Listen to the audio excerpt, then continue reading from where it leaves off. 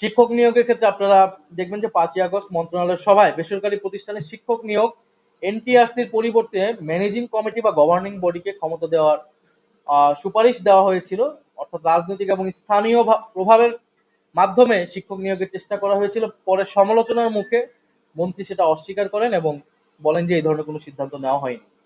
আমরা যদি দেখি যে গণতান্ত্রিক পরিবেশ বা পরিস্থিতির অবস্থা, প্রায় 830টি রাজনৈতিক সহিংসতার ঘটনা ঘটেছে 6 মাসে।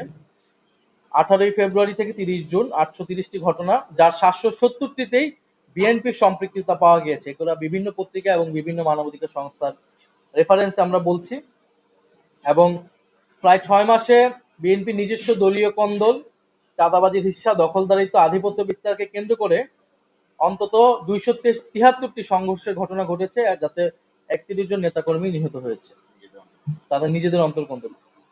আমরা যদি বিরোধী দলের উপর হামলার ধারাবাহিকতা দিই, বিশেষত এনসিপির উপর যে হামলাগুলো হয়েছে, নোয়াখালী 6 আসনের এমপি এবং এনসিপির সিনিয়র মুখ্য সমন্বয়ক আব্দুল হান্নান মাসুদ সহিংসতা কবল এলাকা পরিদর্শনে গেলে হাতিয়া এলাকায় হামলার শিকার হন।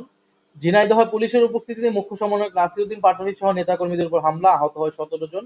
পরে আহতদের বিরুদ্ধেই মামলা হয় এবং 3 জনকে গ্রেফতার করা হয়, যারা ঈদের মধ্যেও কারাগারে তাদের ঈদ কাটাতে হয়েছিল। হবিগঞ্জে জুলাই পদযাত্রা শেষে সার্কিট হাউস প্রাঙ্গণে হামলা হয়।